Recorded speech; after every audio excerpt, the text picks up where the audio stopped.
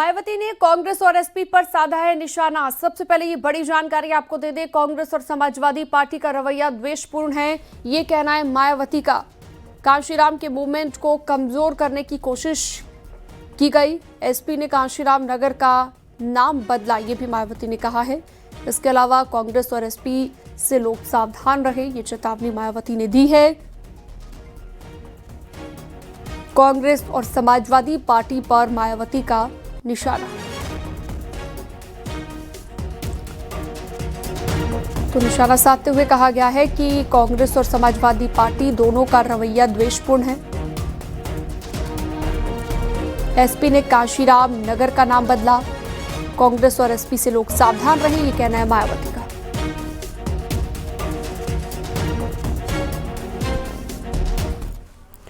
संभल में कल्कि महोत्सव में पहुंचे कैबिनेट मंत्री संजय निषाद ने पीडीए को लेकर अखिलेश यादव पर तीखा हमला बोला। उन्होंने कहा कि दलित पीड़ित अपमानित एनडीए के साथ हैं। जब ये लोग सत्ता में होते हैं तो अम्बेडकरवादी व्यवस्था को और नाम को बदलते हैं, मूर्ति हटाते हैं, यानी कि दलित दलदल में चला जाता है।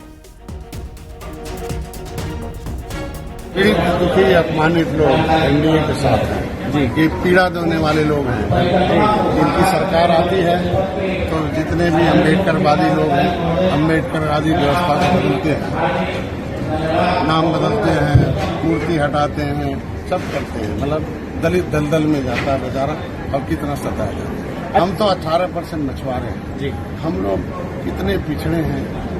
जब ये सत्ता से बाहर रहते हैं तो पीडीए पिछड़ा दिखाई देता है, और जब सत्ता में चले जाते हैं तो फिर अमर सिंह निकलने दिखती है। आज के दिन में सभी पीडीए ताल से निकलकर ताल कटोरा निषाद गए। वाराणसी में हिंदूवादी संगठन ने स्पीकर पर अजान के विरोध में अनोखा प्रदर्शन किया है। हाथों में आई लव महादेव के साथ आई लव योगी के पोस्टर के साथ हनुमान चालीसा का पाठ किया गया। दरअसल ये विवाद मदनपुर से उठा, जहां पर स्पीकर पर हनुमान चालीसा बजाने पर मुस्लिम समाज से जुड़े कुछ लोगों ने पुजारी को धमकी दी थी, जिसके बाद हिंदूवादी संगठनों ने स्पीकर पर अजान को बंद करने के लिए प्रदर्शन किया। मैदागिन के भारतेंदु पार्क में हिंदूवादी संगठन के लोगों ने हाथों में आई लव महादेव और आई लव योगी के साथ आई लव बुलडोजर के पोस्टर के लिए अपनी मांग रखी। शांतिपूर्वक तरीके से हनुमान चालीसा का पाठ किया गया। प्रदर्शनकारियों ने स्पीकर पर अजान पढ़ने का विरोध जताते हुए मस्जिदों के स्पीकरों को बंद कराने की भी मांग उठाई।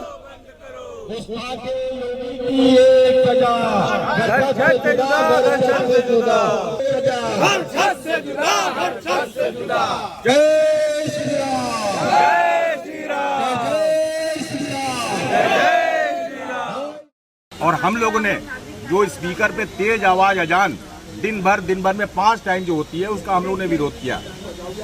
सुबह 4 बजे जब हम सब सोए रहते हैं तो ये लोग उठ करके अल्लाह अल्लाह अजान देते हैं।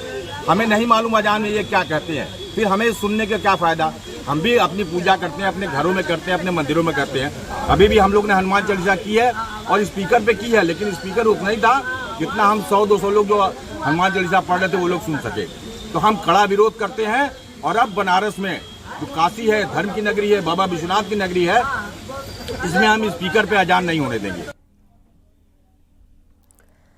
प्रधानमंत्री नरेंद्र मोदी के संवैधानिक पद पर 24 साल पूरे हो गए हैं। उन्होंने 7 अक्टूबर 2001 को गुजरात के मुख्यमंत्री के रूप में कार्यभार संभाला था। तभी से नरेंद्र मोदी लगातार संवैधानिक पद पर बने हुए हैं। प्रधानमंत्री नरेंद्र मोदी ने सोशल मीडिया पर पोस्ट किया और लिखा, 2001 में आज ही के दिन मैंने पहली बार गुजरात के मुख्यमंत्री के रूप में शपथ ली थी। देशवासियों के निरंतर आशीर्वाद से मैं सरकार के मुखिया के रूप में अपनी सेवा के 25वें वर्ष में प्रवेश कर रहा हूं। भारत की जनता के प्रति मेरी कृतज्ञता है और साथ ही उन्होंने आभार जताया। इन सभी वर्षों में मेरा निरंतर प्रयास रहा है कि हम अपने लोगों के जीवन को और बेहतर बनाएं, इस महान राष्ट्र की प्रगति में योगदान दें, जिसने हम सभी का पालन पोषण किया है।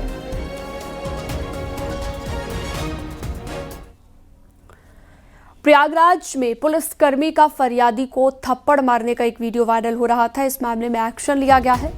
हेड कांस्टेबल अशोक उपाध्याय को लाइन हाजिर किया गया। बमरौली पुलिस चौकी में फरियादी को हेड कांस्टेबल ने थप्पड़ मारा था। साथ ही विभागीय जांच के आदेश दिए गए हैं। 5 अक्टूबर का वीडियो बताया जा रहा है।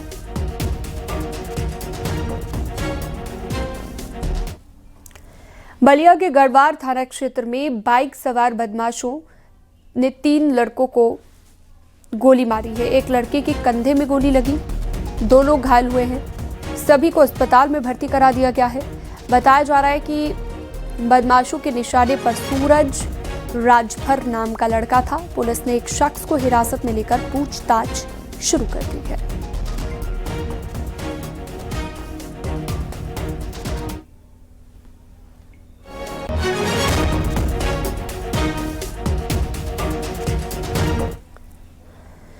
देवरिया के सदर कोतवाली क्षेत्र में किड्स वैली स्कूल के प्रबंधक देवेंद्र कुमार कुशवाहा को पुलिस ने गिरफ्तार कर लिया है और जेल भेज दिया गया है।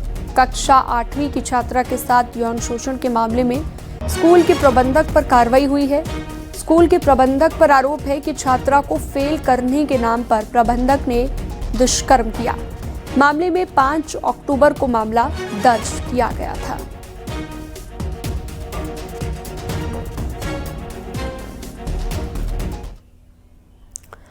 और यूपी में ऑपरेशन क्लीन लगातार जारी है। उन्नाव के बांगरमऊ कोतवाली क्षेत्र में एनकाउंटर में 2 शातिर इनामी बदमाश गिरफ्तार हुए। एनकाउंटर में गोली लगने से दोनों बदमाश घायल हुए हैं। पुलिस ने दोनों को अस्पताल में भर्ती करा दिया गया है। दोनों बदमाशों पर 10-10 हजार का इनाम था। आरोपियों के पास से पुलिस ने एक तमंचा, कारतूस, मोटरसाइकिल और नकदी बरामद की है। वहीं बिजनौर के थाना नजीबाबाद क्षेत्र में मासूम बच्ची के साथ अपहरण के बाद रेप के मामले में पुलिस ने कार्रवाई की। पुलिस ने एनकाउंटर में आरोपी को गिरफ्तार कर लिया है। एनकाउंटर में आरोपी संदीप सैनी के पैर में गोली लगी है। आरोपी को अस्पताल में भर्ती कराया गया। मुरादाबाद के थाना मंझौला क्षेत्र में एनकाउंटर में पुलिस ने चेन स्नैचर हामिद को गिरफ्तार किया। पुलिस की गिरफ्त में आने के बाद हाथ जोड़कर माफी मांगता नजर आया बदमाश।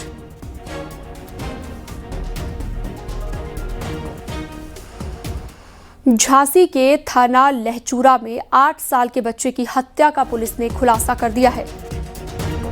पुलिस ने बच्चे के दादा को गिरफ्तार कर लिया है। दादा ने बच्चे की हत्या की थी और शव को घर के एक कमरे में भूसे में छिपा दिया था।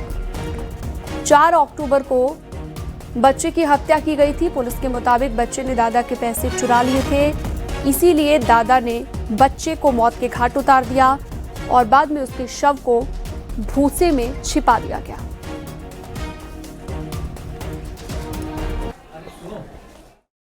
बच्चे के गुम होने की सूचना प्राप्त हुई थी, जिस पर मुकदमा पंजीकृत किया गया था। उसको जब थाना अध्यक्ष द्वारा और गाँव वालों सर्च किया गया तो उस बच्चे की डेड बॉडी घर में ही मिली थी, जिसका पंचायतनामा भरकर पोस्टमार्टम के लिए भेजा गया था। उस सिलसिले में पूछताछ सभी जगह से की जा रही थी, तो उसमें सात संख्या की कार्रवाई की जा रही थी। तो उसमें जानकारी में आया कि उनका जो मृतक लड़का है उसका जो दादा है सरमन पुत्र कल्लू, उसने पूछताछ में घटना को स्वीकार किया कि उसने ही अपने जो नाती है उसका गला दबा करके हत्या कर दी थी। बुलंदशहर के औरंगाबाद थाना क्षेत्र में एक मुस्लिम युवक ने खुद को आतंकवादी का हवाला देते हुए रील बनाई है। वीडियो तेजी से वायरल हो रहा है। पुलिस मामले की जांच पड़ताल में जुटी हुई है। हम भी वो हैं, तुम बदमाश हो तो क्या हुआ, हम भी वो हैं जिसे जमाना आतंकवादी कहता है। तुम बदमाश हो तो क्या हुआ, हम भी वो हैं जिसे जमाना आतंकवादी कहता है।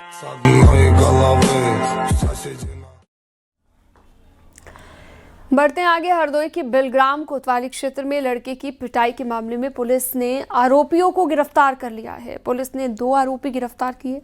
बाकी के फरार आरोपियों की तलाश में पुलिस जुटी हुई है। मोबाइल चोरी के शक में युवक को पीटने का आरोप है।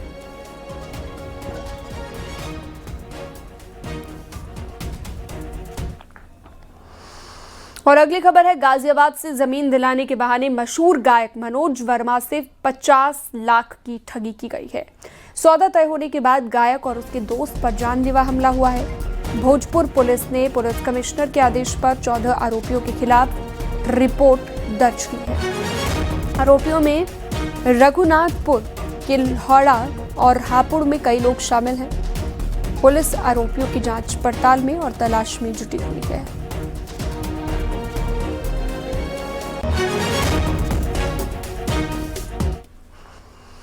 ललितपुर के थाना जखौरा क्षेत्र में स्कूल से घर लौट रही एक छात्रा के साथ चलती गाड़ी में सामूहिक दुष्कर्म का आरोप है। पुलिस ने पीड़िता की शिकायत पर आरोपियों के खिलाफ मामला दर्ज कर गिरफ्तार कर लिया है। आरोप यह है कि छात्रा 4 अक्टूबर को स्कूल से घर लौट रही थी। उसे इस दौरान नितिन ठाकुर नाम के लड़के ने लड़की को अपनी गाड़ी में बिठाया। नितिन ने अपने दोस्त के साथ मिलकर छात्रा से गैंगरेप किया। पुलिस के मुताबिक लड़की नितिन को जानती थी। पीड़िता द्वारा एक प्रार्थना पत्र देकर अवगत कराया कि उसके साथ 2 युवकों द्वारा गलत काम किया गया है। इस सूचना पर थाना जखौरा पर सुसंगत धाराओं में मुकदमा पंजीकृत कर आवश्यक विधिक कार्रवाई करते हुए दोनों अभियुक्तों को गिरफ्तार कर लिया गया है। प्राथमिक जांच में यह तथ्य प्रकाश में आया कि पीड़िता पिछले 2-3 माह से अभियुक्त को जानती थी तथा लगातार मोबाइल से संपर्क में थी। यह भी तथ्य आया कि पीड़िता अपनी इच्छा से ही अभियुक्त की गाड़ी में बैठी थी। हरदोई के चौहान थोक इलाके में चोरों ने एक मकान को अपना निशाना बनाया। चोर 3 लाख रुपए और लाखों के आभूषण अपने साथ लेकर चले गए। मकान मालिक अपने बच्चे का मुंडन कराने के लिए बाबा मंदिर गए थे, साथ ही परिवार के लोग भी गए थे। मुंडन कराने के बाद जब परिवार घर लौटा तो मकान के ताले टूटे मिले। कमरे में अलमारी का सामान फैला हुआ मिला। चोर 3 लाख रुपए के आभूषण चुरा कर ले गए। पुलिस मामले की जांच पड़ताल में जुटी हुई है। कहाँ गए थे तब लोग? ये सभी लोग आज भांजी का मुंडन था, सभी लोग मंदिर गए हुए थे। ये घटना 4-4:30 बजे के आसपास की है और जो भी आया छत के ऊपर से चीने से उतर के नीचे आया। इसमें एक चेन रखी हुई थी, चेन उठा ली है। कैश रखा था, कैश लेकर आया। ऊपर चाची के कमरे पर लाकर तोड़ा गया। उनका एक हार है सोने का, 2 अंगूठियाँ हैं। लगभग नगद धनराशि क्या थी? नगद धनराशि 3 लाख रुपये।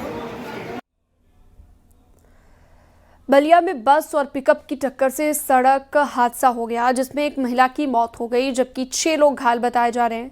हादसे में घायल लोगों को अस्पताल में भर्ती कराया गया। हादसे के बाद मौके पर अफरा तफरी का माहौल बन गया। सुखपुरा थाना क्षेत्र के आसन मोड़ के पास यह हादसा हुआ। इस हादसे में रोडवेज सवार बस एक महिला की मौके पर मौत हो गई।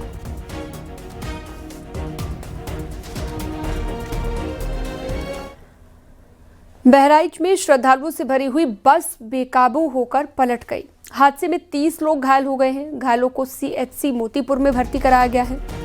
बहराइच लखीमपुर हाईवे पर यह हादसा हुआ। बस मनौना धाम से भिनगा पास जा रही थी। बस में 70 श्रद्धालु सवार थे। CM योगी ने हादसे को लेकर गहरा दुख जताया है। घायलों के उचित इलाज के लिए निर्देशित किया गया है।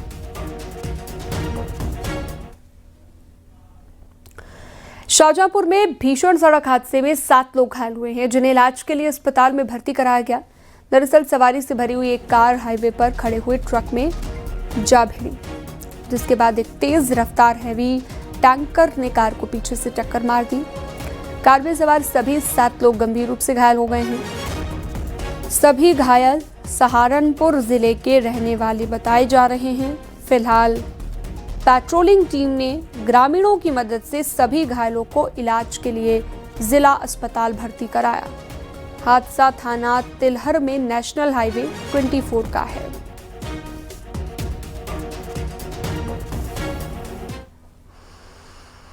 हमीरपुर की बात करते हैं। तेज रफ्तार 2 बाइकों की आमने सामने भिड़ंत हो गई।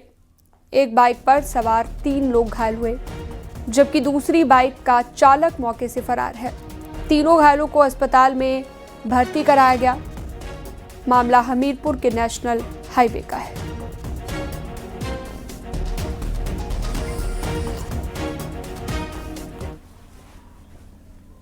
वहीं हमीरपुर में एक और दूसरी खबर। नवेली पावर प्लांट में काम करने के दौरान सपोर्टर अचानक टूट गया, जिसकी वजह से एक सिलेंडर और लोहे का जैक गिरने से मजदूर की मौत हो गई, जबकि दूसरा मजदूर घायल हो गया। घायल मजदूर को कानपुर रेफर किया गया। मजदूर के परिजनों ने प्लांट प्रबंधन पर लापरवाही का आरोप लगाया। पुलिस ने परिजनों को समझा बुझाकर मामले को शांत करा दिया है। रायबरेली में एक सरकारी स्कूल में मासूम छात्र छुट्टी के समय सो गया, जिसके बाद टीचर क्लासरूम बंद करके चले गए। कुछ देर के बाद खिड़की से रोने की आवाज आई। ग्रामीणों ने परिजनों को सूचना दी, जिसके बाद परिजनों की सूचना पर पुलिस ने बच्चे को सकुशल बाहर निकाला। पूरा मामला भदोखर थाना इलाके के कुचरिया कंपोजिट विद्यालय का है।